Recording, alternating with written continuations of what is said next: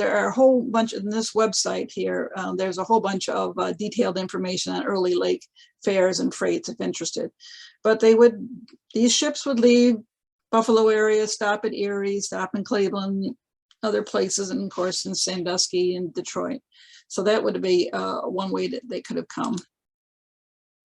Starting in the 1830s, migration to the Tiffin area expanded from just other parts of the United States to foreign countries, and especially the Germans. And I'm sure everybody out there has some German relation if they're from Seneca County, or at least most of you have.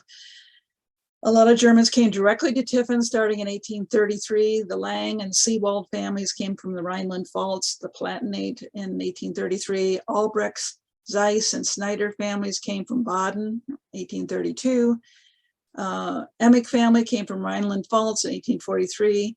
By the 1850 census, 74% of Tiffin population was born in the United States, and foreign born was 26%. So a quarter of the population in Tiffin in 1850 were foreign born.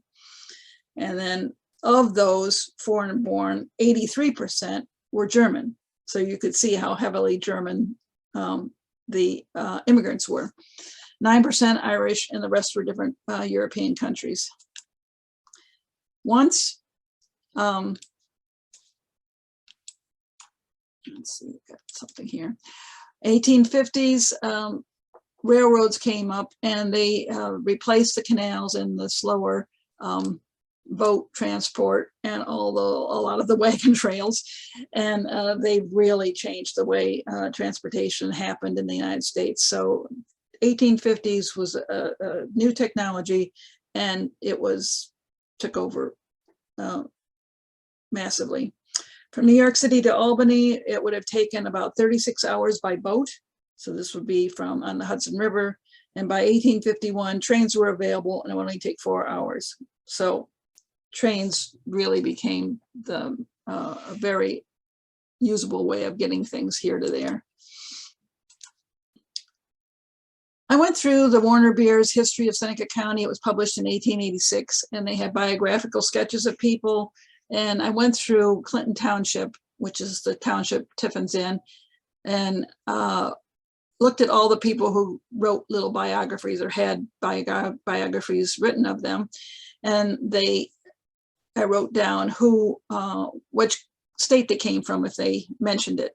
And of these, very rough estimate, and this is not scientific, but in 1886, they self-reported that Maryland was 23%, 23% were born in Maryland, 23% born in Pennsylvania, 16% born in Germany, 11% born in Ohio, Ireland 6%, and New York 6%.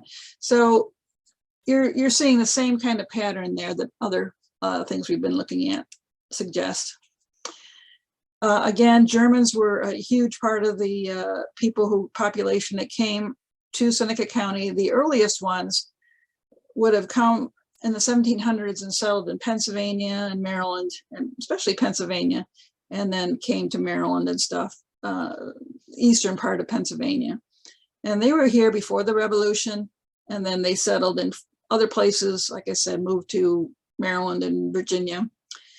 In the 1820s, when Northwest Ohio opened up, some War of 1812 veterans, some from came, and some were from the South Central Ohio, and a lot of those were Pennsylvania Germans, but they were Germans, but they had been here for 3 or 4 generations. Starting in the 1830s through the 1850s and beyond, more came from Pennsylvania and Maryland and Ohio, plus the influx of Germans from overseas. In general, many but not all of the mid-1800s German immigrants were Catholic. Almost all of the 1700 German immigrants were Protestant, like Lutherans and German Reformed and Brethren. So it's an overstatement, but it is a generalization that works most of the time. This is a graphic from 1870 census, and they were showing where the heaviest concentrations of Germans were in our part of the country.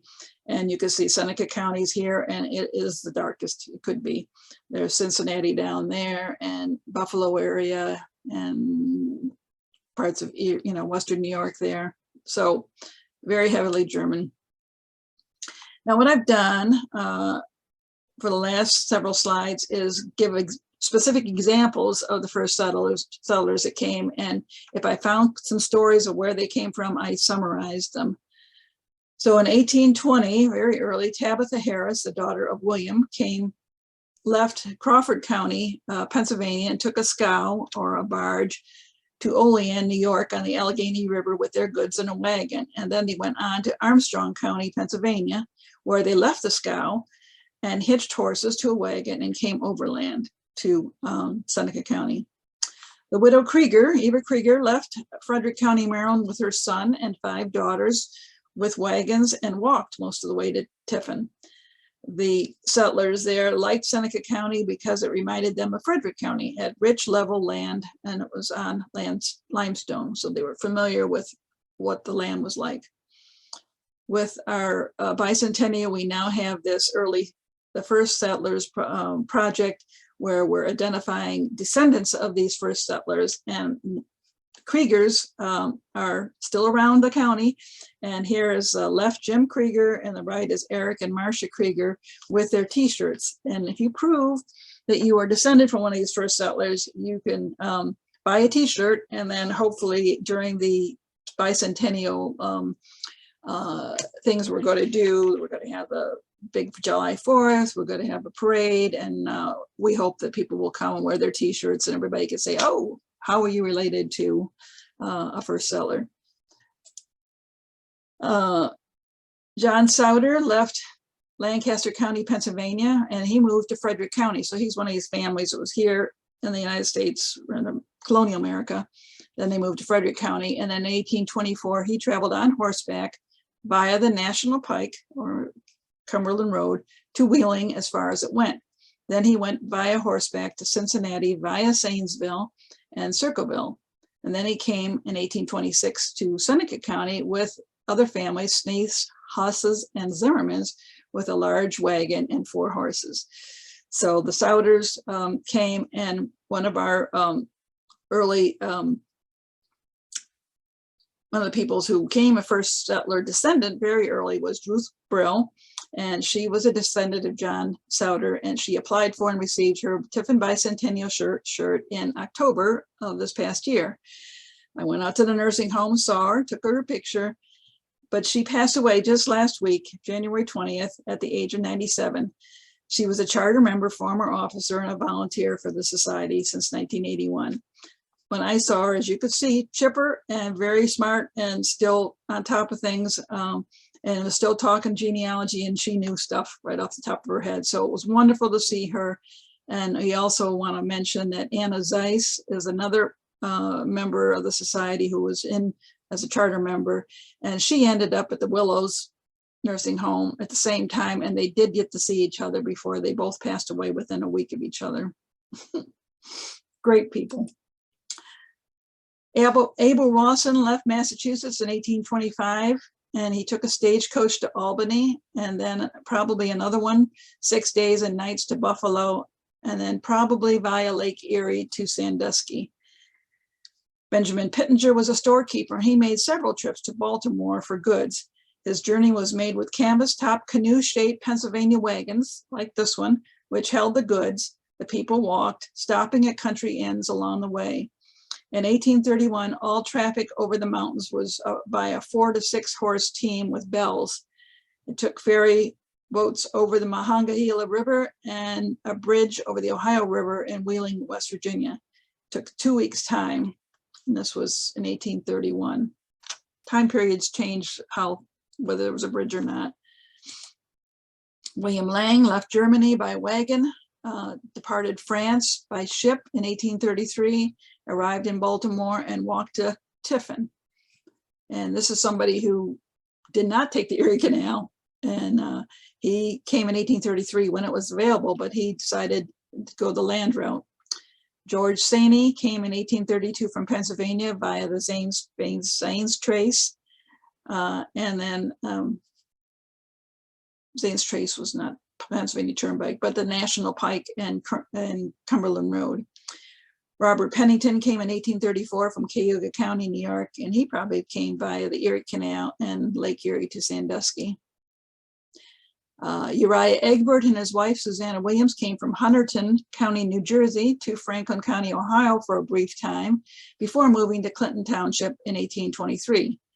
In 1832, he moved to Pleasant Township, where there was Egbert's Church and Egbert's Cemetery. These are some of his descendants who have proven their descent to him for the First Family's Bicentennial Project. Karen Mann Gill and her family, and Joshua Mann, and he's holding on his phone a picture of Uriah Egbert. Henry Brish came to Clinton Township in 1828 from Frederick County in a little covered carriage, perhaps one of the first that came to Seneca County. He came with his wife, Eleanor Carey. Mrs. Brish's reminiscences were recorded in Lang's history and when she was still living, and that would have been before 1880. I brought my old piano with me. I have it yet. She tells of the Maryland ball they gave for all the Maryland immigrants, and over 60 young folks in all came. In 1836, one of the ancestors of Paul Buskirk had an estate, and they had to go back to Frederick County, Maryland to settle the estate because they had land back there. They had land in Seneca County. So the administrator diligently wrote down how he got from Tiffin to Frederick County and what places he stopped and how much money he spent at each place. And it's a listing of, I haven't got it here, but 20 stops or so. And I then took all those names of the places and plotted them on a map. And this is how he got there. He started from Tiffin and came down there and went that way. And it's just following those routes that we were talking about. And it showed all the places they stopped along the way. And these were stopped at Mrs. Brown's house for a room. And once in a while there was an inn, but it was often just very casual lodging. He listed each stop on the way, and I plotted them on the current map. And note how the modern US routes and interstates followed the old trails: Route 40, Route 70, Route 23, Route 53. They're following all the old trails. So the wrap up is first settlers of the Tiffin area. Where did they come from? Pretty much Pennsylvania, Maryland, New York, some New England, and then Southern Ohio. How did they get here? Various ways, depending on how they could get here. If they could come by water, they tried to if they could. If not, they would take some of these overland ways, which were tough. And why did they come? It was land. It was the best, and the promise of a better life. And some of the people who came to Tiffin weren't farmers, but they knew that they were going to be using all the trades that they had.